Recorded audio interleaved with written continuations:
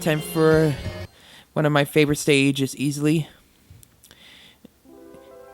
Kind of like how you battle Riala, except player 2 is obviously in control. It's nothing special. It's nothing that I'm really too sad about it not being included. I think there's also don't take my word for it, but I think there's also like a time trial for like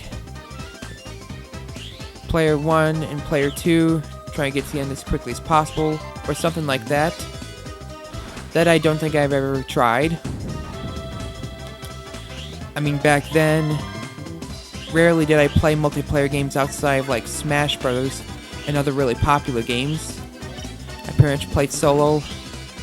Plus, I pretty much had no one besides me interested in some Sega games. That's not Sonic or Super Monkey Ball.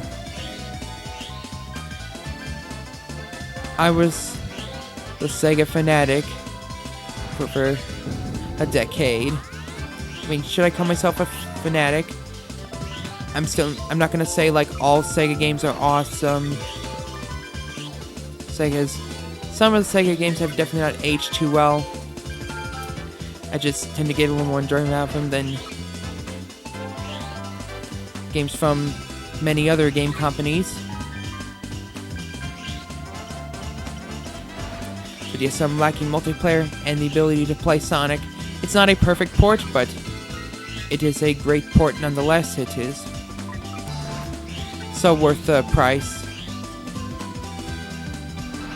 So worth it.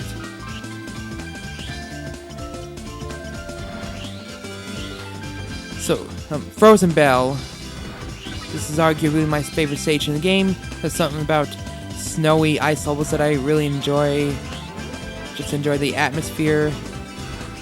I used to love winter as a kid. It's kind of mixed feelings about it now, since sometimes, obviously, go through snow. And my Buick LeSabre, or any vehicle for that matter, is a huge pain in the arse. Don't have as much desire to enjoy the weather anymore. Not that I don't have a life. Of course, I guess I'm just more of a spring and autumn person as of now.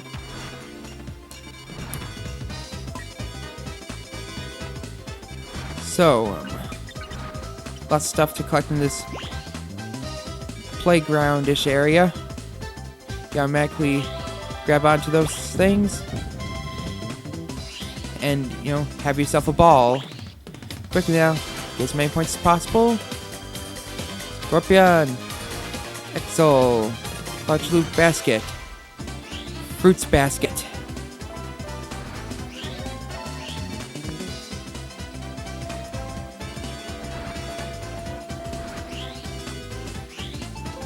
So come on, find the capsule thing so you can get more points.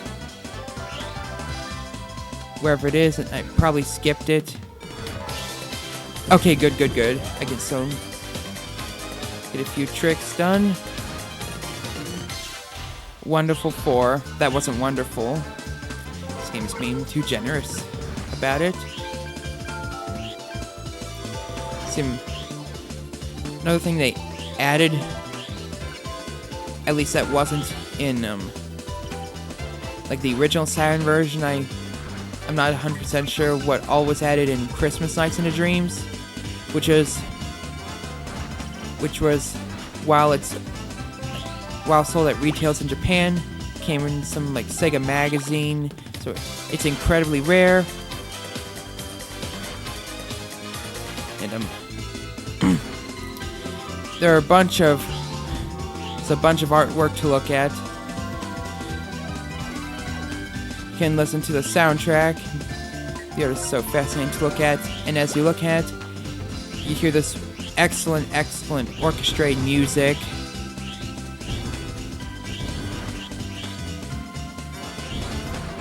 Sega sure can compose the music.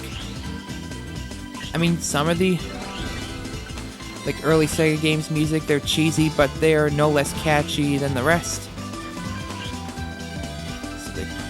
I guess they're kind of cheesy in a good way. I shall collect that. Whatever it does again.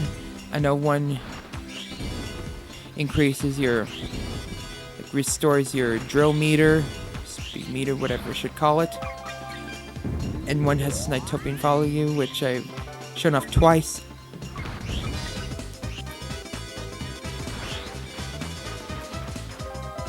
And again, you gotta be careful not to fly too low near the end if you're trying to go for a new record.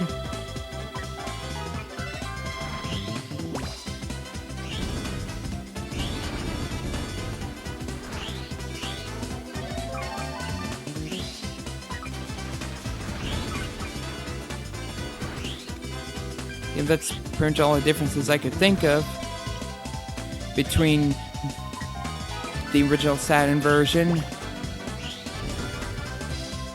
and these enhanced ports. Again, excellent port. Every Sega fan should be pleased. Although sadly, mostly those who have played these games are those who grew up with the Sega consoles. I mean, even to this day, there are still people that, obviously, that play Sega just for Sonic, even with all the franchises, even with how long they've been around.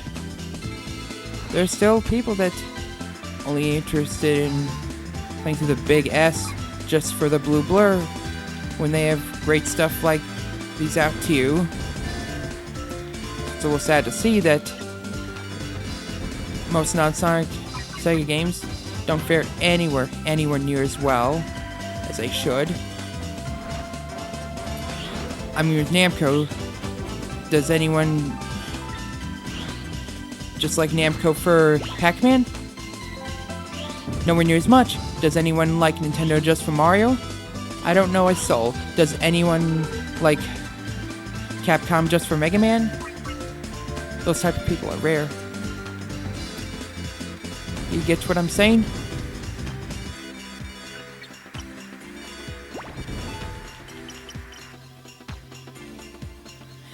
See, one neat thing is that occasionally Knights will be able to transform into something, which wasn't the case in the original Saturn version. Just Knights had a different pose, but in this one they actually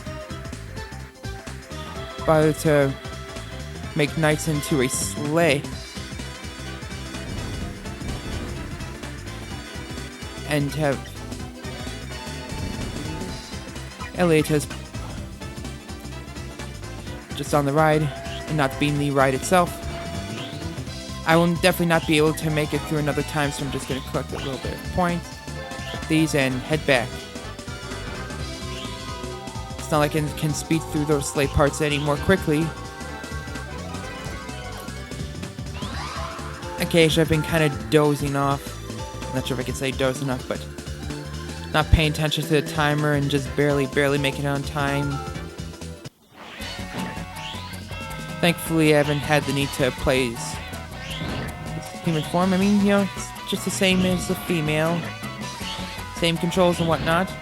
Kind of fun to play through, kind of like a platformer, but clearly the flying parts is where this game shines.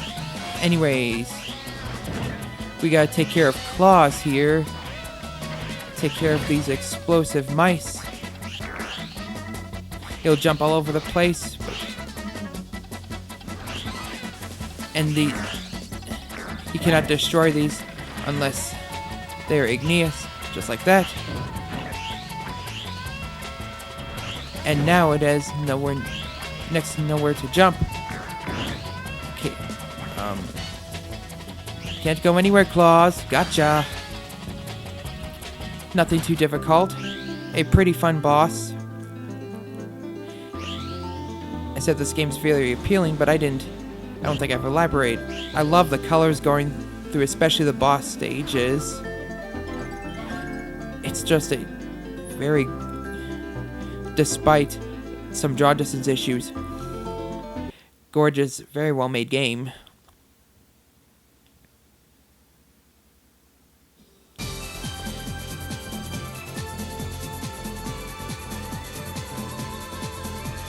gonna exit and head through what is likely the most difficult stage in the game.